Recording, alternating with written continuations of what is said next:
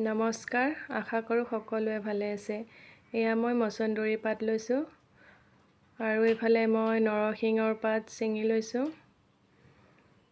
আৰু এয়া নেমু টেঙাৰ পাত লৈছোঁ ডাঙৰ ডাঙৰ 2-3 খিলামান আৰু এয়া মই মাছখিনি সৰু মাছখিনি হালধি দি সানি লৈছোঁ আৰু পাতখিনি মই ধুনীয়াকৈ ধুই লৈছোঁ।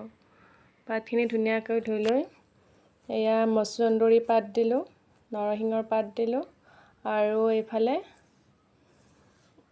নেমু টেঙাৰ 2-3 খিলামান ধুনীয়াকৈ গোন্ধ আহিবলৈ মই দিলোঁ, যাতে মাছখিনি দিয়াৰ পিছত ধুনীয়া এটা গোন্ধ আহে। সেইটো কাৰণে মই নেমু টেঙাৰ পাত দিছোঁ, কেঁচা জলকীয়া দিছোঁ আৰু আদা নহৰু থেতেলিয়াই লোৱা সেইখিনি মই লগাই দিছোঁ ইয়াতে। আৰু এই মাছখিনি ধুনীয়াকৈ বান্ধি লৈ মই এতিয়া কেৰাহী এখন পাতি দিছোঁ। এয়া কেৰাহীত এয়া সৰু মাছখিনি বান্ধি লোৱা দি দিলোঁ আৰু ইমান ধুনীয়া এটা গোন্ধ আহে নহয় কেৰাহীত দিয়াৰ পিছত, মানে খুব ধুনীয়া এটা গোন্ধ আহে। আৰু এনেকৈ হৈছে নেছে উলিটাই দি এনেকৈ মানে হৈ গ'ল আৰু এতিয়া মোৰ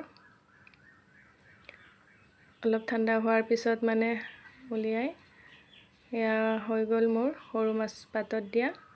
আৰু এই নেমু টেঙা পাতখিনি পেলাই দিছোঁ বাৰু দেই, মই নহ'লে তিতা তিতা লাগিব নহয়। মই নেমু টেঙা পাতখিনি গোন্ধ আহিবৰ কাৰণেহে দিছিলোঁ। খুব ধুনীয়া এটা গোন্ধ আহিছে দেই।